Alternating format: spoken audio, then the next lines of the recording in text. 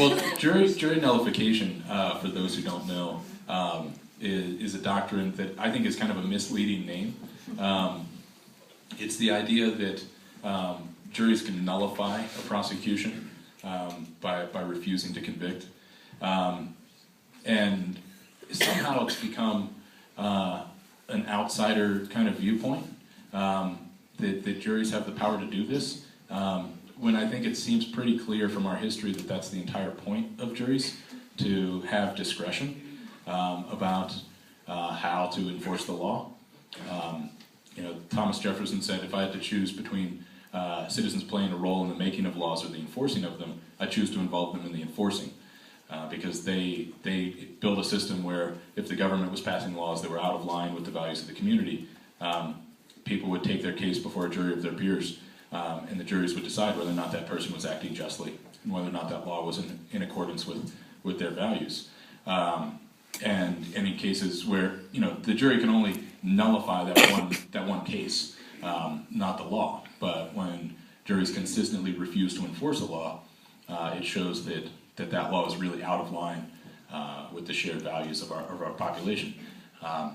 Probably the biggest example of that was the Fugitive Slave Act in 1850, where most people in the North really didn't agree with that law that basically forced everyone into the North to be a slave catcher, and sent people to prison if they didn't act as a slave catcher.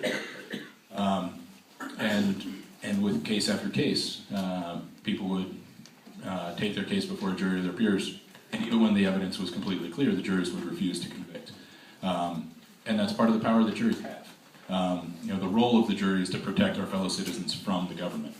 And things have been kind of twisted as the system has evolved over a couple hundred years, to where people think that juries are supposed to follow all the instructions of the judge, and basically just do the government's bidding. And that's really the opposite of their role. The role of a jury is to hold the government accountable.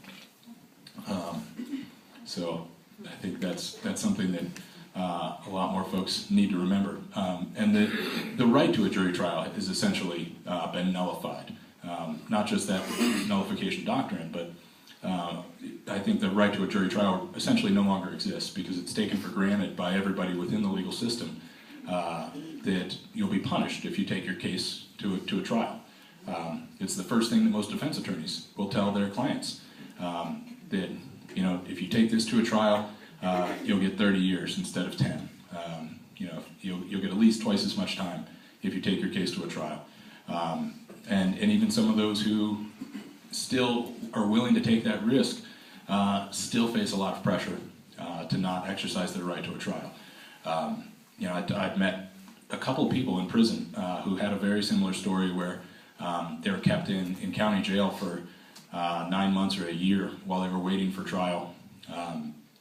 And county jail sucks. County jail's worse than federal prison, much worse. And so they were kept there just in this holding pattern where the government would delay their trial.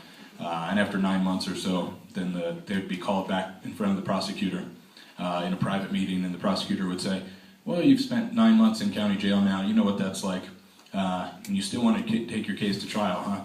Well, we think maybe your wife had something to do with this, and we're going to lock her up and put her in county jail for 9 months before she ever has a chance to make her case, unless you take this plea bargain. And so there's a lot of pressure to take that. And from the way I see it, if you're punished for exercising a right, then it's not actually a right. Beth, I have a question for you, hear from you.